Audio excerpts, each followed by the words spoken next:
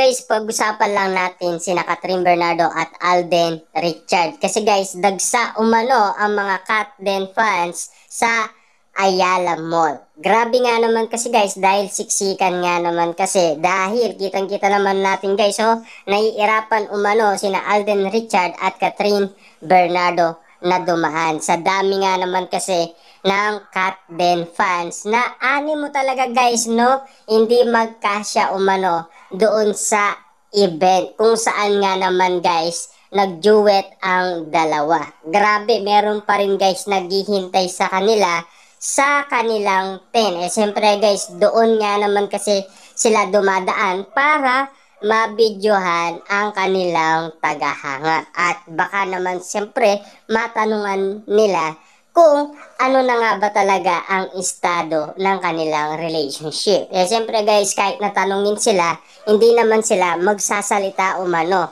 Alam naman natin guys, iniintay lang natin si Alden Richard na mag-announce umano sa kanyang love life. Siyempre at least, binigay na sa atin ni Alden Richard ang kanyang tipong babae reveal, di ba? At least alam naman natin guys kung sino. At alam din guys ng mga celebrity, mga netizens, mga media, kung sino ang nililigawan ni Alden Richard. Walang iba kundi si Catherine Bernardo. Siyempre guys, respeto lang naman, di ba?